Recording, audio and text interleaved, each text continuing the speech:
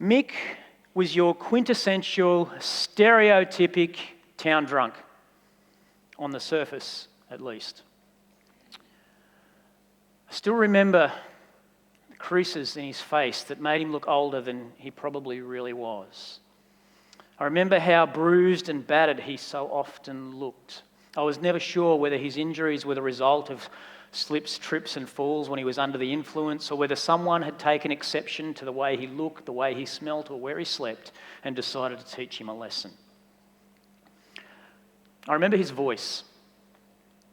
Actually, that's not entirely true. I remember the slurred, lispy, drunken drawl of his drunken voice. Stan, can you give us a couple of bucks for lunch? Whilst some of my memories of Mick from childhood have faded, I will never forget Mick. And more specifically, I'll never forget the way he was treated by our church and the significant impact that appeared to have on him.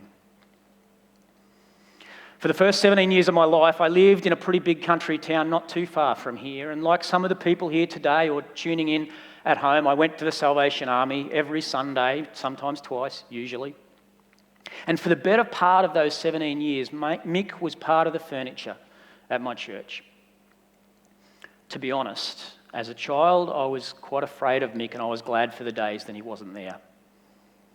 As an adult, I'm so grateful that Mick was part of my world. And I'm so grateful for the way that those around me responded to him and all that that has taught me.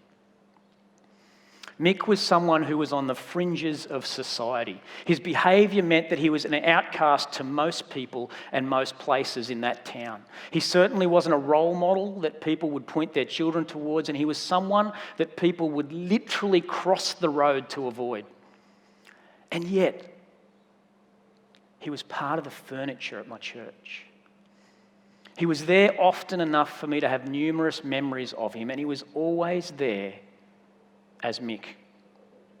There was never any pretending. He was who he was. There were times when he would share in the sharing time and you could hardly understand a word that he said, but he said it loudly and he said it passionately.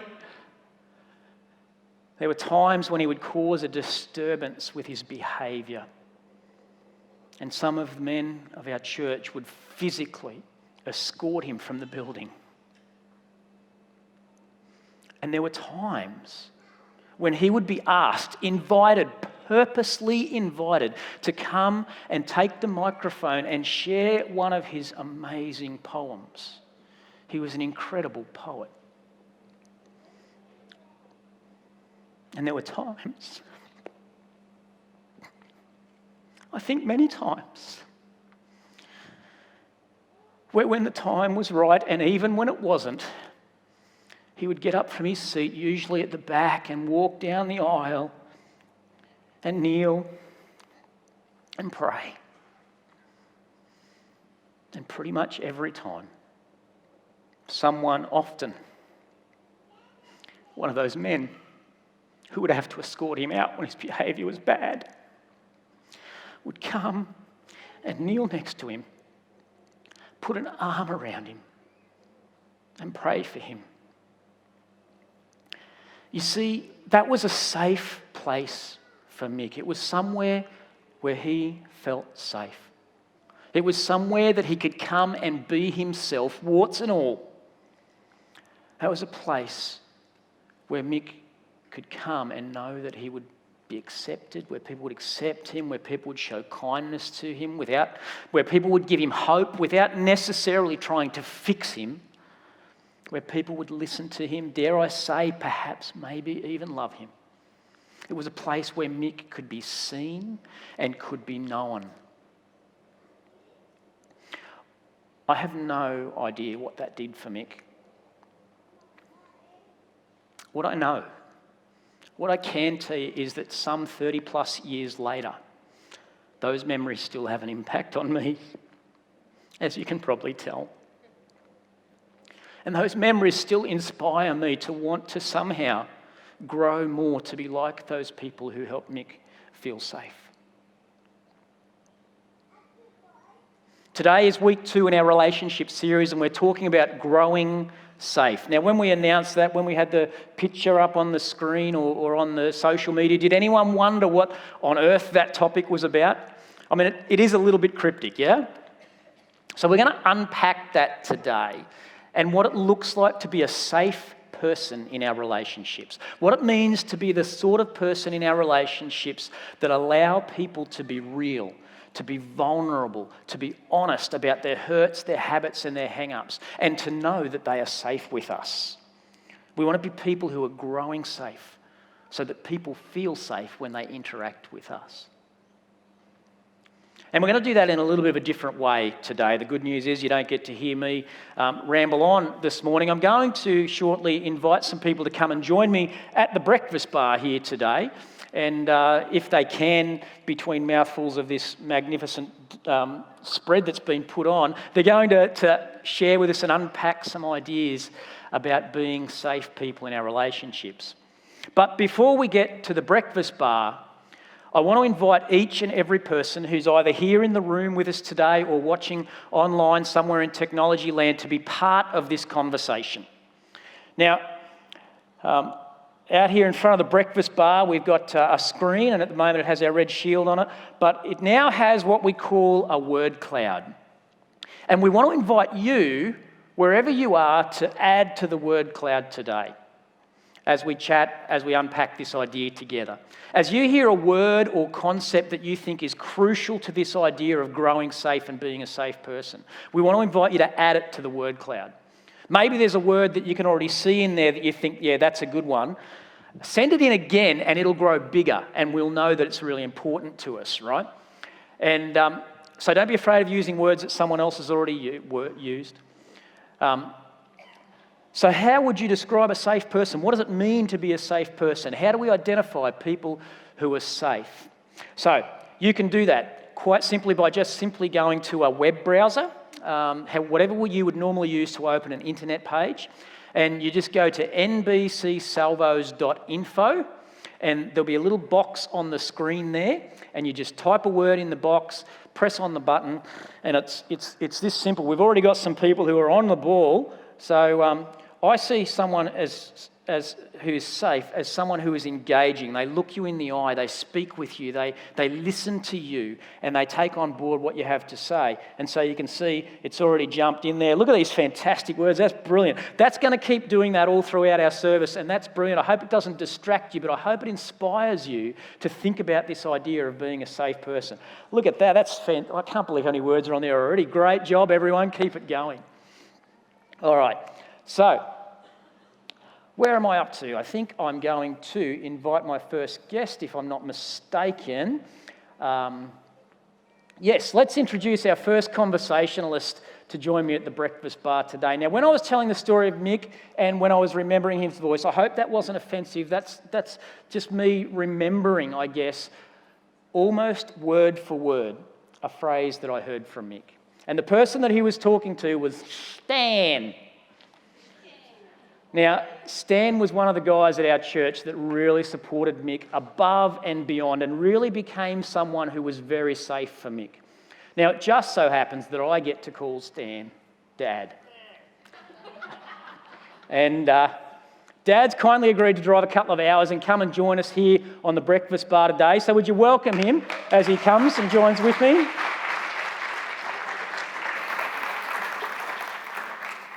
Now, would you like some coffee? Oh, yes, please. Yeah, I'd love a coffee. I'll let you help yourself to the milk and sugar there down there, but I'll give you a bit of coffee there. And the only reason I'm offering you one is because I want some. So there you go. Does it cure nerves? It probably makes nerves worse, actually. Oh, okay, right. Yeah. We're in for a fun time. I'm just going to pour a little bit in there and then put that back. I better make sure we leave some more for our other guests. So there's some milk and sugar, and you can just pass that down the bar as we go. But so you were one of the guys that had a lot to do with Mick. So have I captured the story of Mick and those days okay? Is that kind of how you remember it? Grab a seat. There's a stool there somewhere for you. Yeah, it's been a little while, a week or two since you contacted me and spoke about this, and I guess for me it might have something to do with the stage of the life that I find myself in, but I think I have, just used the grey matter a little bit and thought about things and remembered a lot of things. But what I heard you put together there this morning was really just nails it nicely. Getting towards the end there, I was thinking, he's forgotten about the poems. I'll have one up my sleeve. But about the poems, many of Mick's poems made it to the front page of the local paper, and they were often read and often commented on. Yeah. So But yes, that sums up Mick's life pretty well. Mick's association with the Salvation Army. Yeah. So I've got to assume that Mick knew that lots of people around town probably didn't like him very much, were probably scared of him. And as I said, he yourself and a few other guys occasionally would actually have to physically escort him out of church, kind of kick him out, so to speak. But he kept coming back. Like, why do you think that is? Why do you reckon he felt safe there? I think one of the things that, I guess, going back to your previous question, one of the things that you may have missed, and maybe it's not even something you're aware of, but you find yourself stationed at appointed to a particular appointment at this time. And my understanding, and I'm quite positive that this is correct, that Mick had spent some time at the old men's home in Red Hill in Brisbane, operated by the Salvation Army. And he talked fondly often of the staff and of the people. He talked not so fondly of some also, let's be honest here. But he talked fondly of the care that was given to him and the support that was given to him all those years ago. We're talking 50 years or something. Years, yeah. Before, I believe, it was an alcohol rehabilitation centre. Yeah. And so Mick spent some time there, and I think that might be where Mick received a grounding with the Salvation Army. So not just in the church, but also in the social side of the Salvation Army. Now, the question again... Something that he encountered there... He was then able to associate that as being a safe place. I believe that something he encountered there encouraged him to make a link with the Salvos when he returned. And so then he kept coming back. Yeah, but he kept coming back, yes. And often, you're right, I've remembered times when he would be escorted out and asked not to re-enter the service for that day, and yet next Sunday or the Sunday following, Mick would be back, and everybody be on the edge of their seats wondering what might happen next, so to speak. So do you have what was safe for him there then? Because, he could have come back and, I think if I got escorted from somewhere, I'd probably think twice about, I'm not sure I'd feel safe to go back again. And yet somehow Mick did? Yeah. I guess it was something I thought about back then and something I hadn't really contemplated terribly a lot, but it's an interesting question. Why did Mick feel safe? I think a part of it was that, he could come there at any time. I think a part of it may have been that for Mick, he was disliked by some people around town, certainly some of the other people who lived a similar lifestyle. And there was some issues for him in those times and in those places and situations. But I think Mick found places around the building where he could camp, where he was safe, and it was a place where others wouldn't come. Whether that was a power thing, I have no idea really. But it seemed to be that Mick could camp around the place and be there when he was homeless, and speak to the staff and the officer when they came to do the administration work in the days during the week. And I think that was another thing too. I remember going, visiting the Corps one time for some reason during the day in my workaday world, and there was one of the people who played the piano in the service in the hall, in the citadel, playing the piano, and Mick was just sitting, contemplating. Wow. This is during the week. Yeah. So people went out of their way Mick for was him. cared for. Yeah, he was cared for, yeah.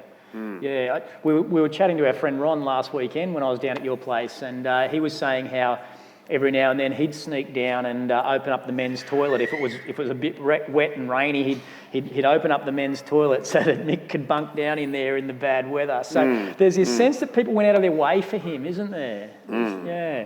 So, I mean, I've referenced that you were one of the blokes who really looked out for Mick and supported him. There was you, there was a few others. I'm not even going to try and name them, partly because I've got a terrible memory and I don't remember all the names, but I don't want to miss anyone. What motivated you? What motivated them? Why was it so important for those people that place and those times felt safe for Mick?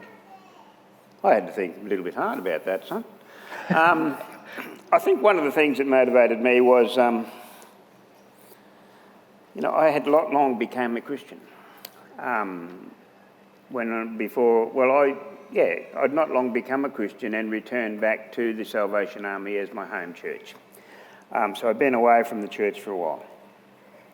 So my faith was new, my faith was bright and shiny, and sometimes it fades. Hey, the dust of this world gets us down. But back then, everything was bright and shiny, and I was out to do the best that I could, for people of my understanding. And I loved to be on the door when people were coming in of a Sunday morning and say, "G'day, how was your week?" things like that.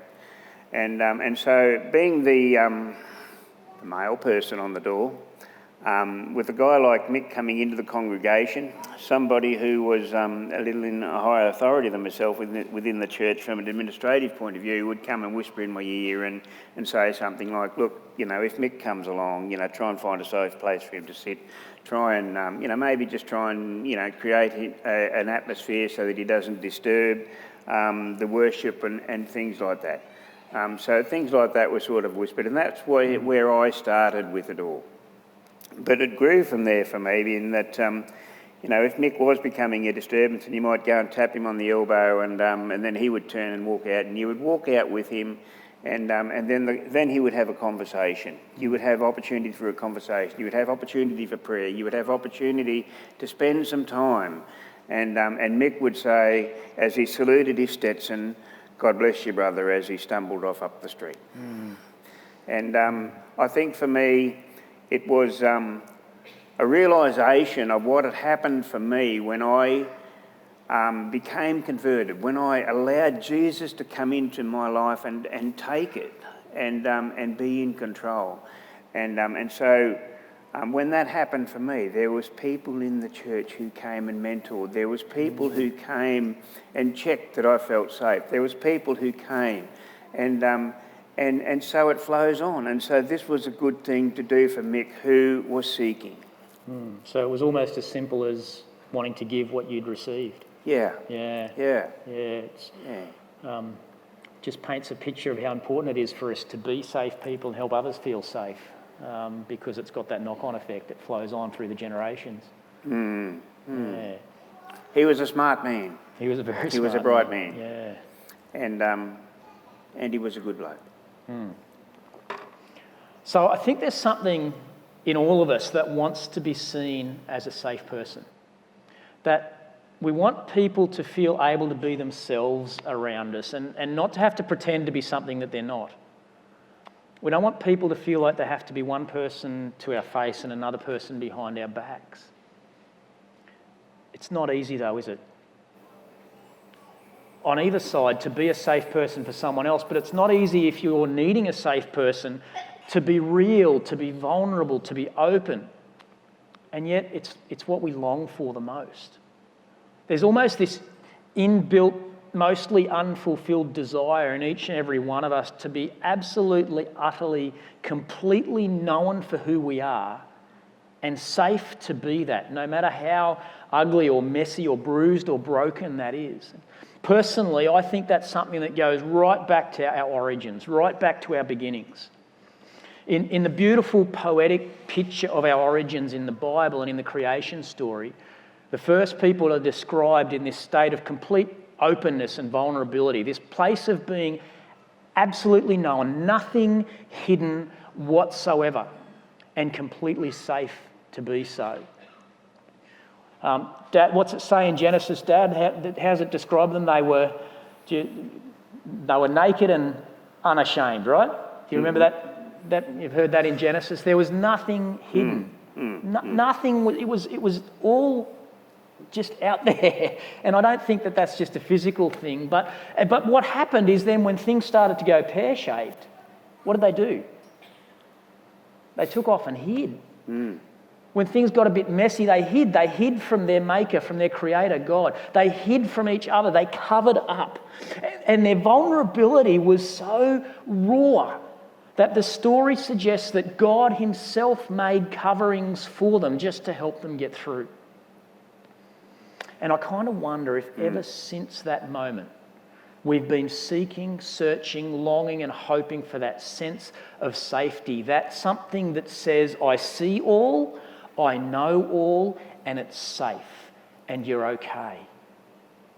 I think there's this longing within us. It's not a physical thing, right? It's a soul thing, it's an emotional thing, and it's a spiritual thing. And we're going to talk about the spiritual side in a little bit, but right now, Luke, can we just pop that word cloud back up? Because there's some fantastic words growing in here, and I've got to say, this is much more than I expected, but someone who is a safe person is helpful, empathetic, secure. I like that. They have integrity, they're peaceful, they're congruent. What they say matches up with what they do. They're selfless, they're humble, they're supportive. There's so much there. I really hope we're able to get a screen grab or something of this at the end. And I'd like to file it away in my files of things that I want to be and the types of things I want to do. Let's keep those things coming in. That's brilliant. And like I said before, if there's something on there you really like, send it in again and it'll get bigger and it'll be easier for us to see. So I think one of the toughest stages of life, especially for feeling safe to be yourself, is in the teen years. A little bit long ago for you and me, Dad, since we're teens. Yeah. But here at MBC, we have this incredible group of youth leaders who are working really hard to try and create a safe space for our teens to discover and be themselves. And as much as I'd love to invite all those guys to come and join us at the Brekkie Bar, we've only got a limited amount of space. So I'm going to ask Cherie if she would come and add some gold to this wonderful conversation. So please help her feel welcome. Welcome, Cherie. Would you like some coffee? Oh, yes, please. Yes, please. Thank Absolutely. You. Thank you. So, Cherie, you're probably not been around as long as some of our other youth leaders. Yeah. Spent a little bit of time out of the country. So in a minute or two, can you just give us a bit of a rundown, the sum up of who's Cherie? Yeah, I feel like I haven't really even been to MBC, so hello. I'm Cherie. I'm 26 and I've just finished my diploma in ministry and I'm going on to do my bachelor. So I'm really passionate about ministry. Ministry is just, this is actually the hardest question I felt to answer because I usually list like what I do, but actually who I am is I'm a child of God and I want to represent Christ, and I'm really passionate about ministry and just seeing lives, transformed because of him. So I want my life to like radiate that. I love people. I'm a very people person. So I'm happy to be friends with everyone. So I really love life. I'm very sort of want to be outgoing and I want to have fun. And so that's probably a bit of me. Yeah. Awesome. Fantastic. So is there a time in your life when you kind of felt pretty vulnerable, maybe even a little bit broken, and you felt like you really needed to confide in someone? And so what was it like trying to find that person? What happened for you in those moments? Is there a time like that for you? Yeah. I love how it's like, who are you? And then like tells your deepest, darkest secrets. Yeah, that's right. I'm ready. I feel safe. Safe space. So obviously, definitely, all the time. I think just because we're saved and we believe that like Jesus restores and transforms our heart, it doesn't mean we can be naive to the fact that we still have so many moments where we're desperate sort of for someone to confide in and sort of to be surrounded with love and just answers even. So there's been so many moments in my life when I've had that. And I was sort of thinking of some stories, and I love the story in the Gospels of this woman who was bleeding for years. She had a really rare disease, and she was sort of ostracized. And she knew Jesus was in town, so she pushed past the crowd and she reached out and she touched a bit of Jesus. And for me, this story just shows a really desperate woman and the kind of faith she had when she knew when she could touch Jesus, she'd be restored and healed. And I think often I've felt that kind of desperation. I'm desperate to be restored, and I'm desperate to know my identity or to be healed in certain ways. And I've found the greatest healing when I just lay it at Jesus' feet, when I surrender. And because God is just so good, he brings people in my life, and he surrounds me with people that I can actually confide in, and he doesn't want me to do the journey alone. So I think it's also taking that step and realizing, hey, this is God bringing this person into my life. I'm going to make the most of it. And so, yeah, definitely. Yeah, so you've sounds like lots of times where you've kind of recognised that you need that, and you just identify someone, that you've just got this inbuilt sense that they're the right person for you. Yep. Can you think of any characteristics in those people that you think communicated that to you before you even, like how did God tell you that they were a safe person? I think it's a presence. It's kind of it's a very sort of calming. I think we're in a very rushed society when we don't really have time to hear people's issues and problems, but it's probably the people I've done a journey with. So like old pastors or youth and young adults, people who've really invested into my life. And so I would say even friendships, to this day, probably have the friendships, my inner circle of friends. I have so many people, and they carry just a calmness and an actual genuine, I want to know you, like I want to see, I don't mind, you can share everything and it doesn't stop me from loving you. So yeah, it'd be those kind of people. Yeah, so a genuineness, someone that you've journeyed with, that you know, you've gotten to know them a little bit. Yeah, fantastic. So as part of the youth leadership team, you guys, are really passionate about creating a safe space for teens, but in particular to get together. So what are some of the things that you guys as a team, but I guess you personally more particularly, try to keep in mind or try to do to make it safe for these young people in what can be a pretty confusing time? Yeah, I mean, I even love that Brett's name is like the biggest name up there for a little while. Because when you think, it's so amazing to name characteristics, but how awesome when we get to a time when it's like people's names are up there. Yeah, wow. Like I think having this approachability to the fact that we are here to be, someone can ask questions, there's no wrong answers, there's no kind of wrong questions to ask. I think having this presence about us that we're always willing to be there for young people, and I think they have so many voices speaking into them, and we need to be confident in the voice that we have of truth, the voice that they're loved, and Jesus is so after their life and wants to do life with them. So I think it's sort of creating a space where we can be vulnerable with them and share our journey, and then just be always willing and open to hear their journey. And it's through relationships. I think relationships is the key to that, because I don't mind if I'm taking 2 years to get to know someone or for someone to pour out their heart to me, because it's worth it for at the end of that when they do. So yeah. So there's longevity, there's Is relationship up there? Surely that's got to be up there by now. And just and there was something else that you said there, that people can ask anything. There's like that approachability and that willingness not to be shocked by what people might want to share or discuss or ask. Yeah, definitely. Awesome. So for those among us who are on the Christian faith journey, and whether we're online or in the house, maybe we'd all be in different places on that journey. Some of us very early, some of us for a long time. Those of us who've been around for a little while may be aware of the encouragement in the Bible, in the book of James. It says, confess your sins to each other and pray for each other that you can be healed. Confess your faults to each other, another translation says. Now, if I was to ask for a show of hands, and I'm not going to, but if I was to ask for a show of hands today, how many of us have really, really done that? Confessed our faults, our sins, our brokenness to another person? I wonder how many hands we'd see.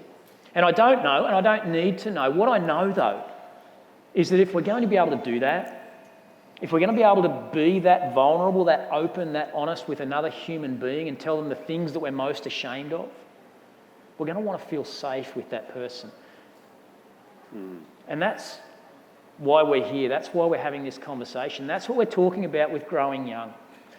How do we allow the mix to be vulnerable and exposed with their grief and their loss and their pain and their sufferings and their behaviours?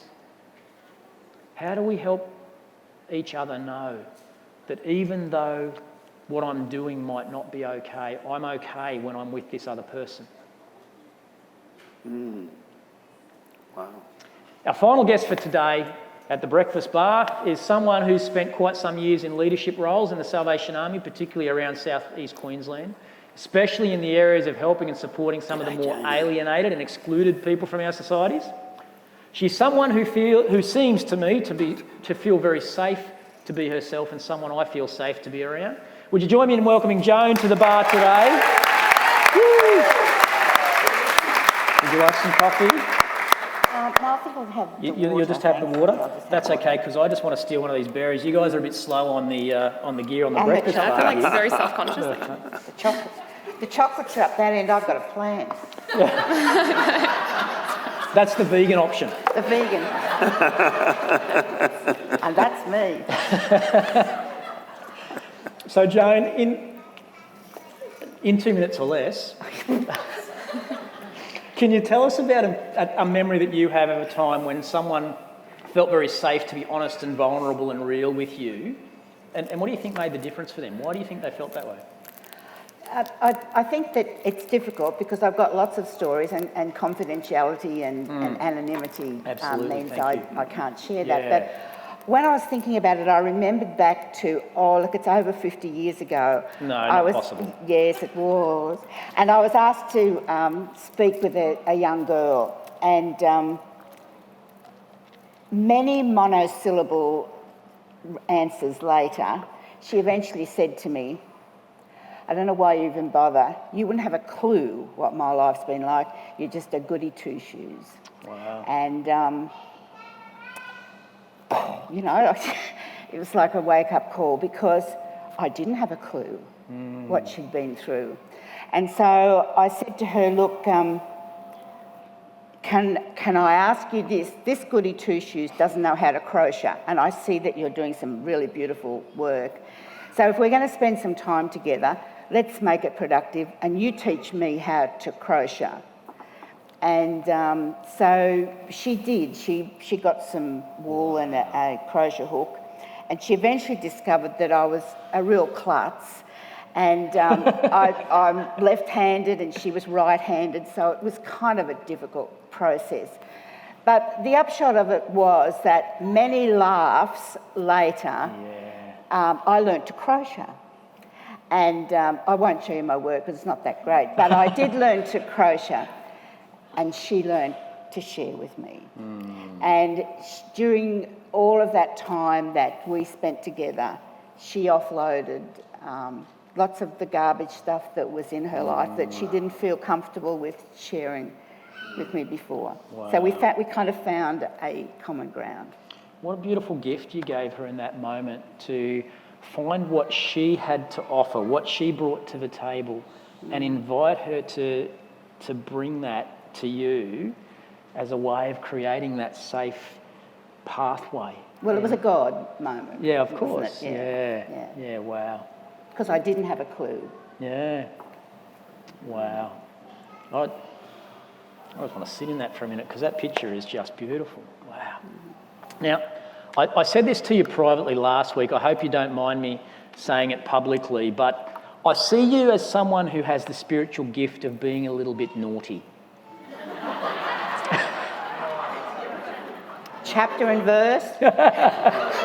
What I mean by that is you just have this freedom to be yourself, that you don't seem to be too bothered about minding your P's and Q's. You just give the world the gift of you. Hello. Ta-da!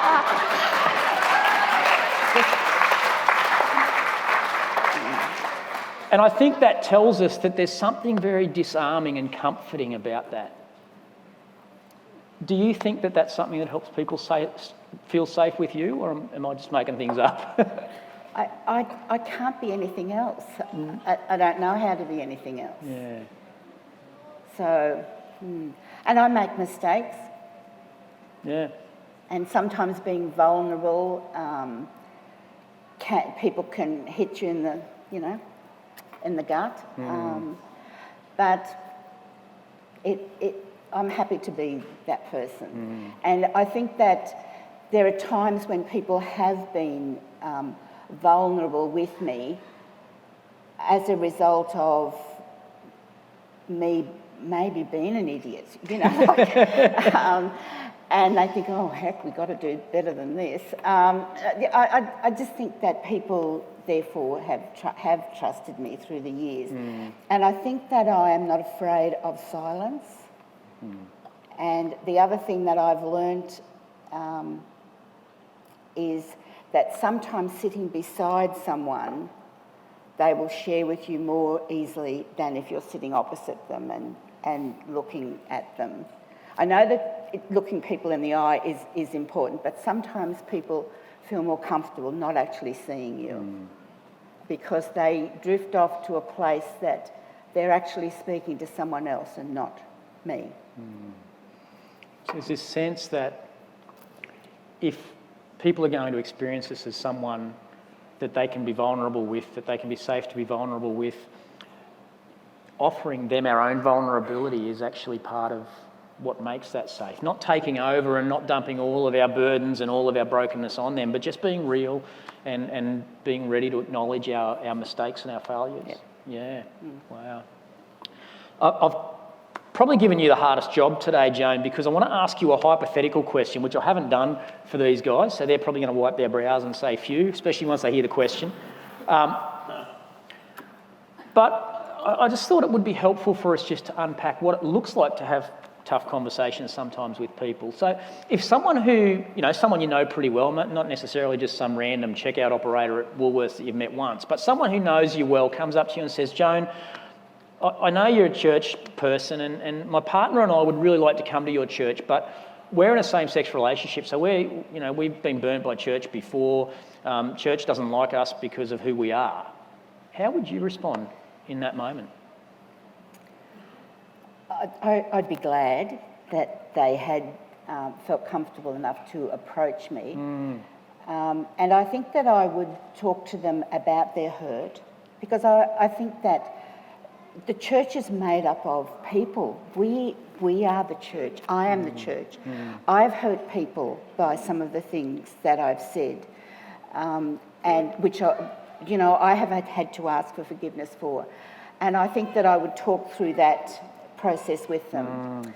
But depending on the situation where they were talking about going to church, for example, if they said they wanted to come here, I know with confidence that there are people here who would welcome them. And I want to thank you for that. I would make sure that I worded up a few people and said so-and-so is coming, they're a bit anxious. That's what Dad was talking about with Mick, wasn't it? Yeah. People were doing that behind the scenes, So just please be aware that if they come in, please make them welcome. And there are many of you that I can't even see here, but I know who you are. And I know that you would welcome people like that. So I want to thank you for that, first of all. Wow. Second of all, I think that if it was not a church that I was familiar with, I would go with them. This is probably a little bit aside, but I once went to a church that was considered a gay church to support someone who was being enrolled into the church fellowship. And I tell you, I was welcomed there more than I've been welcomed to many, many churches. People came and introduced themselves to me, welcomed me with open arms. And it was a very beautiful service and it was lovely. So I would want that for people who come in here who have been hurt by the church, whether it's because of a gay relationship or something else like that. If people have been hurt by the church, I want to welcome them back and make sure that doesn't happen anymore.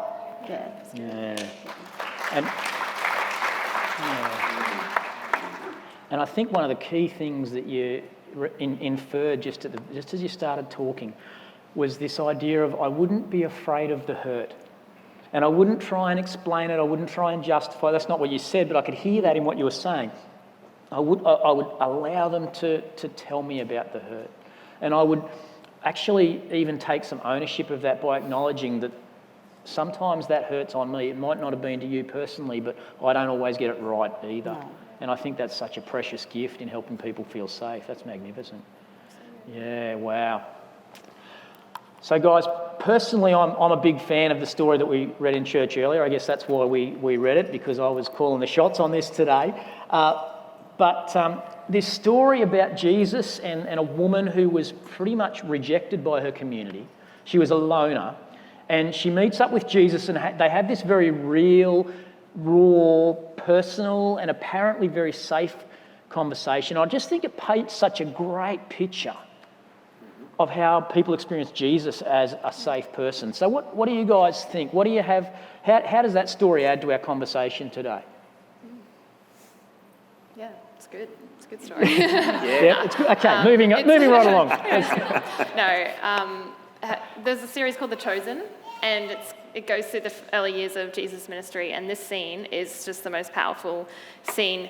Because even when Jesus is sort of like, oh, no, you have this many husbands, sometimes we can read it in the tone that we might have. Like, no, I know you have this many husbands. Yeah. But his approach is actually so gentle and so loving. And it's not like I'm condemning you, it's I know you. I understand, And yeah. I think that's the most beautiful thing. I think we can approach people who come to us subtly, might not even realize, in a sort of condemning way that I'm more spiritual, I'm better, but actually we just need to know them and love them. So I think for me that's like one of the most powerful ways to get across this safe presence that Jesus had. Yeah, And that's she brilliant. would not have expected him to speak to her. No, yeah. Because she was a Samaritan. Yeah. She would have been considered unclean kind of thing. And so for someone to speak to her kindly, so there were two things that, two gifts he gave to her. He spoke to her and he spoke to her kindly. It's kind of he did the work of crossing the barriers, didn't he, to help, and that was part of helping her feel safe, was that he spoke to her in the first place. He crossed that barrier. Yeah. What else do you notice in that story? I mean, do you guys find it? I find it really weird that, not weird, inspiring probably, but she goes, so she's a woman who, as the people who understand history and such tell us that, just by the very fact that she's at the well in the middle of the day, she's an outcast, she's rejected, she's alienated, no one wants to know her, no one wants to be around her. And she actually goes to those people and says, you've got to meet this bloke. Yeah. She goes to the very people who have rejected her. Because it was so liberating for her to be acknowledged despite her background. That someone who was of a different culture acknowledged her, and so it was liberating for her. And she no longer had the barriers of, oh, people judge me, people don't love me, because she was completely filled and content with someone who did. So she was just too overwhelmed to like hold that in, and like how powerful all this sort of just brings me back to I need to be in prayer, I need to be in the Word, I need to, if I'm going to be a safe person, I need to remember why I feel safe, why I feel filled and content, and like we're the woman at the well, so it's us that can run to the people that we feel like there's barriers, but there isn't, and It almost feels like she had one of those naked and unashamed moments, not physically, obviously, but that I kind of wonder whether what she was saying to those people was, come meet the man who made it safe to be me. Come meet the man who helped me find me again. Because when we meet Jesus and when we encounter him, he knows all about us, and it kind of brings all that stuff up to the surface, so it's got an escape route. And just meeting him, the gentleness, the come unto me kind of picture. Wow, that's beautiful. Yeah, I like that. So, just as we unpack that story a little bit more, we're just about out of time, but I wonder if that was all we had today, that story of Jesus, and we wanted to fill up our word cloud, if that was all we had, what words would you guys want to put into that word cloud based on that encounter with Jesus that woman had? Authentic. Authentic? like a contentment, like to be content, I think, is something that's everyone's seeking and searching for. So just a contentment to just, Jesus loves us so much that he meets us where we're at, but he loves us too much to leave us there. And that's the most powerful thing. So Yeah, contentment. Caring, compassionate, loving, Compassionate. but I guess most of all and best of all, Saviour. Yeah. And I love that he engages her on the conversation. I don't know what word this would be for the word cloud, but I love that he engages her on the conversation that she wants to have. You know, he kind of says, give me a drink. And so they talk about water for a little while. And then he kind of, reveals a little of what he knows of her. And she says, oh, so you're a prophet. Well, then, if you want to talk about religion, let's talk about this. And he just goes with her. He doesn't say, no, I want to talk about your husband's lady. What's going on there? He doesn't do that. He just goes, okay, that's where you need to go. Let's just have a conversation around that. And so it's kind of like he lets her drive, but he meets her where she's kind at. of, navigating along the way. It's a powerful story. We could probably talk about it for ages. And I think we can see that Jesus was just someone incredibly safe for her in that story. So thanks for unpacking that with us. Okay. Thank each of you for being safe people in this chat today. And thank you for being safe people in your own lives. I don't know about you, but I could probably sit here for hours chatting with these guys some more about this great subject. And I'm so grateful to them each for sharing, for bringing their wisdom, themselves, their personality, and for being safe with us today. So today at the NBC Breakfast Bar, we've been chatting about growing safe, creating safe spaces in our relationships for people to be real, honest, and vulnerable. My guests have been Joan Birch, Cherie Clanfield, and Stan Gittins, and we're so grateful for their time, their gentleness, their wisdom, and their care. Would you thank them for me as they take their seats? And I'll invite the music team to come back up.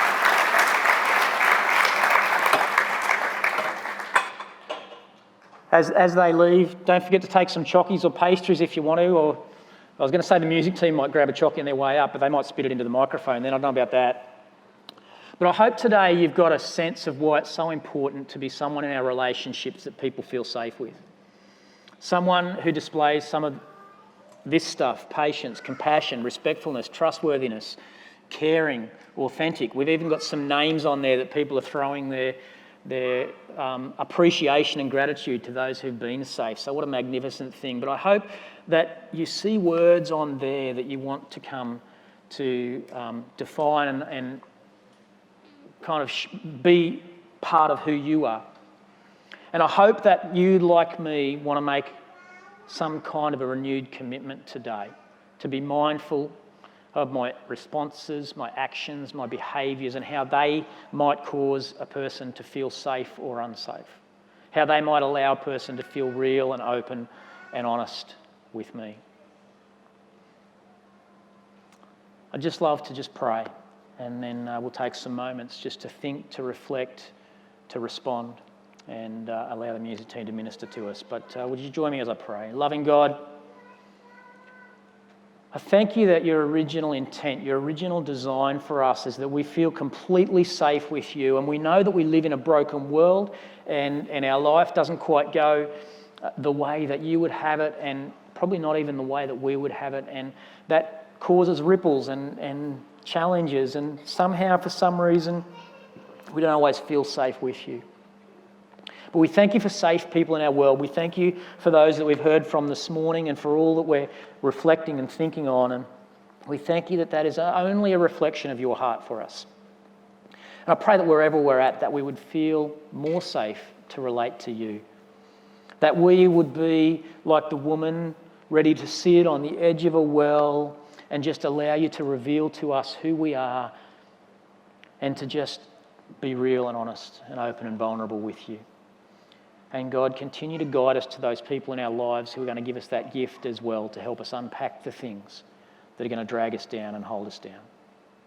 Continue to help us be safe people and to find safe people in our world, I pray. And I pray this through Jesus and the power and presence of your Holy Spirit. So I'm not sure where you're at here today, whether you're here in the room or online. I wonder if there's some people who are sitting there longing for that sense of someone safe, that you need someone in your life who feels safe. You need to have a safe conversation. And if that's you right now, one of the things that you might like to do is just to send in your name to our text number, and it'll come up on the screen there, and I think it'll come up on the screen behind me. And whether you're in the room or outside of the room, if you need a safe person to listen to you and just share a prayer over you today, we would love to do that. You just need to send your name in to that number. Someone will give you a call back and just have a chat with you and just, their heart would be to be a safe person for you in this moment. So if that's what you need, feel free to do that. Maybe you need to make a commitment for yourself to grow in safety, to be growing safe. And maybe you want to write down one characteristic or one word from our word cloud here today that you would like to see develop in your life. Maybe if you're in the room, you need to put some commitment, some action, some doing to your intention, and maybe you'd like to just come and stand and kneel or stand or sit out the front here and just spend a moment or two reflecting and praying. Under our COVID plan, someone won't be able to come and pray with you, so if you want someone praying with you, shoot your name to that text line. But you're welcome to come and just make that commitment and just sit, stand or kneel and just spend some time just saying, God, grow that safety in me. Maybe it's about coming to God and saying, God, I need you to be safe for me. I need to pour out my heart to you. But whatever it is you need, the band are going to introduce to us a new song today. And as they do so, it's a time for us to pray, to reflect, to respond. Text the number if that's helpful. Come out the front, whatever you need to do. But my hope and prayer for each and every one of us is that we will be growing safe and that we will find people to be safe for us. God bless you each.